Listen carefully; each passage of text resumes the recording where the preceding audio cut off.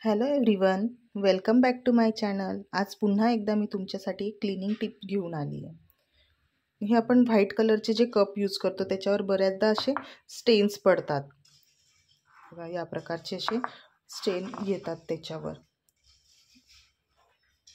तर मग हे आपण फेकून देतो, पण मग हे स्टेन्स जे असतात ते क्लिअर करण्यासाठी आज मी तुम्हाला एक झटकीपट उपाय सांगणार आहे। त्यासाठी व्हिडिओ शेवटपर्यंत नक्की बघा। मी एका भांड्यात पाणी घेतलेलं आहे। तर आपल्याला हे कपाच्या आतमध्ये जे चिकट डाग असतात चहा कॉफीचे, जे घट्ट बसून जातात किंवा असे खाली आणि कपाच्या हँडलला जे डाग असतात ते आपल्याला क्लिअर करून घ्यायचे आहे। त्यासाठी मी इथे एका भांड्यात पाणी घेतलं आहे, जेणेकरून कप यात असे पूर्णपणे बुडतील। यात मी 2 ते 3 चमचे आला टाकून घेणार आहे। रिनचं आला जे आपल्या घरात अवेलेबल असतं, आपण व्हाईट कपड्यांसाठी ते यूज करतो, ते आला मी याच्यात 2 ते 3 चमचे टाकून घेतला आहे।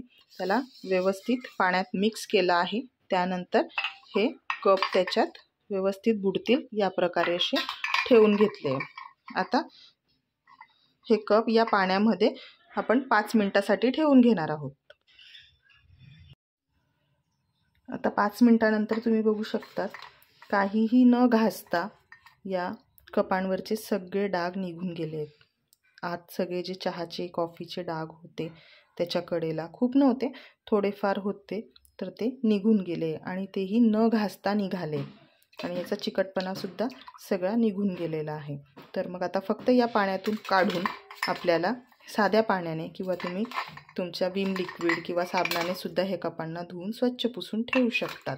म्हणजे हे कप आपण वर्षानुवर्ष वापरू शकतो।